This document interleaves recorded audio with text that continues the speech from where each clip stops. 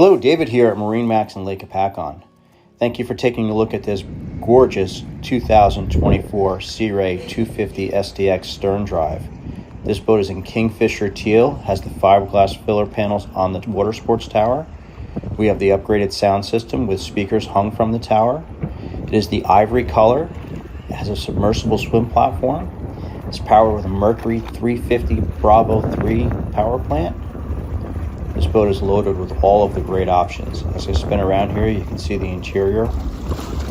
Up on the bow, there's a portside walkthrough with a large storage area with a head compartment under the helm. As I back in here close, you can see ample seating with tons of storage. There's a table mount, large 12-inch Simrad screen, bimini top overhead, and of course seating in the front that sits left to right as opposed to traditional front to back.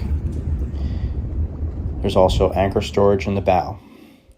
Please give us a call or stop on down to MarineMax Lake Hopatcong. Thank you.